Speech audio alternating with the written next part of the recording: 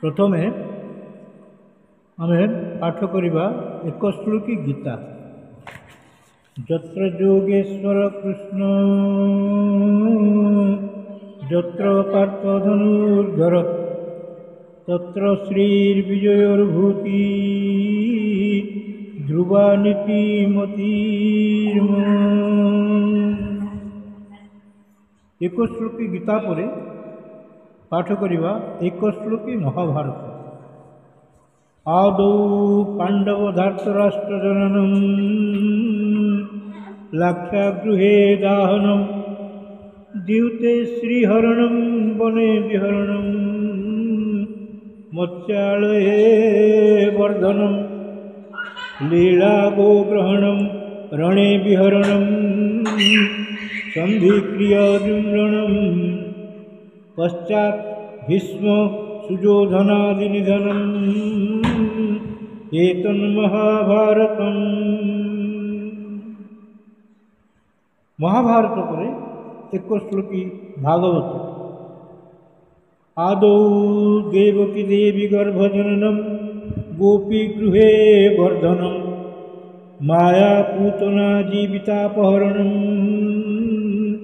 गोवर्धनधारणं कंसच्छेदनं कौरवादिहननं कुन्तीसुतापालनम् एतद्भागवतं पुराणकथितं श्रीकृष्णलीलामृतम्। तत्परे परे एक श्लोकी रामायण। आदौ रामतपोवनादिगमनं हत्वा मृगकाञ्चनं वैदेहीहरणं जटायुमरणं सुग्रीवसम्भाषणं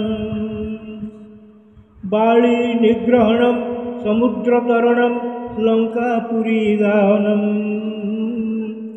पश्चात् रावणकुम्भकर्णहननं एतद्धि रामायणम्। रामायण परे परे रामायण अंश एक श्लोकी सुंदरकांड पाठ करिबा।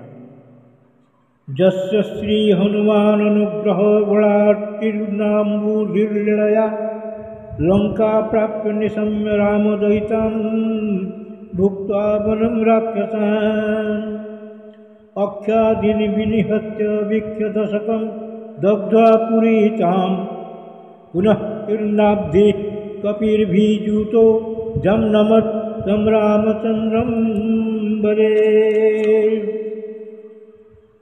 रामायण परे परे विष्णु सहस्रनाम। नमोऽस्त्वनन्ताय सहस्रमूर्तये सहस्रपादाक्षी शिरोरुबाहवे सहस्रनाम्ने पुरुषाय शाश्वत सहस्रकोटियुगधारिणे नमः। विष्णु सहस्रनाम परे परे श्री दुर्गा सप्तशती एक श्लोकी। जा अम्बा मधुकैटभप्रमथिनी जा महिषोन्मूलिनीं जा धूम्रेक्षणचण्डमुण्डमथिनीं जा रक्तबीजनाशिनीं शक्ति शुंभ निशुंभ दैत्यदलिनीं जा सिद्ध लक्ष्मीपरा सा दुर्गा नवकोटि विश्वसहिता मां पातु विश्वेश्वरी मां पातु विश्वेश्वरी मां पातु विश्वेश्वरी। ठीक है, जब दे